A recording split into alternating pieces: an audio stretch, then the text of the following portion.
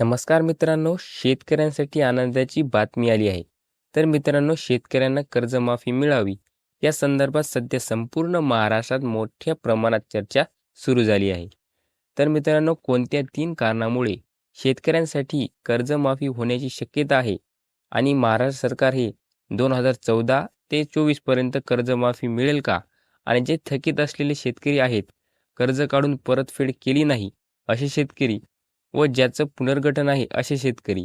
आता जे थकीत असलेले शेतकरी आहेत, त्यांची कर्ज हे 1,00,000 आहे, की 2.5 लाख आहे, की 4,00,000 आहे. तर किती लाखापर्यंत कर्ज माफ होईल? तर मित्रांनो, हा व्हिडिओ तुमच्यासाठी महत्त्वपूर्ण आहे आणि या व्हिडिओमध्ये तुम्हाला संपूर्ण माहिती मिळणार आहे.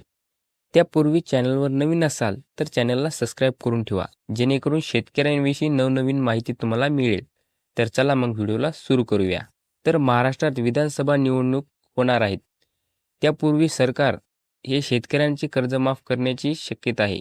तर मित्रांनो, 3 कोणत्या कारणामुळे शेतकऱ्यांचे कर्ज माफ होईल हे पाहूया.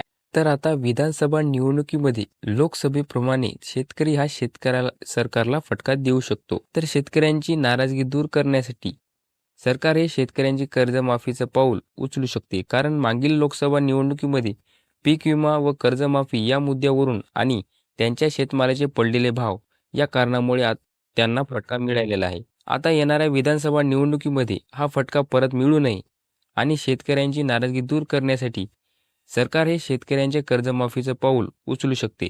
यांची दाट शक्यता वाटत आहे. तर सरकार आता आचारसंहिता अगोदर कर्ज माफ करते का आचारसंहिता लागल्याबरोबर करते, याच्याकडे सर्व शेतकऱ्यांचे लक्ष लागलेलं आहे. तर शेतकऱ्यांचं कर्ज माफ होईल अशी जास्त शक्यता सध्या वाटत आहे.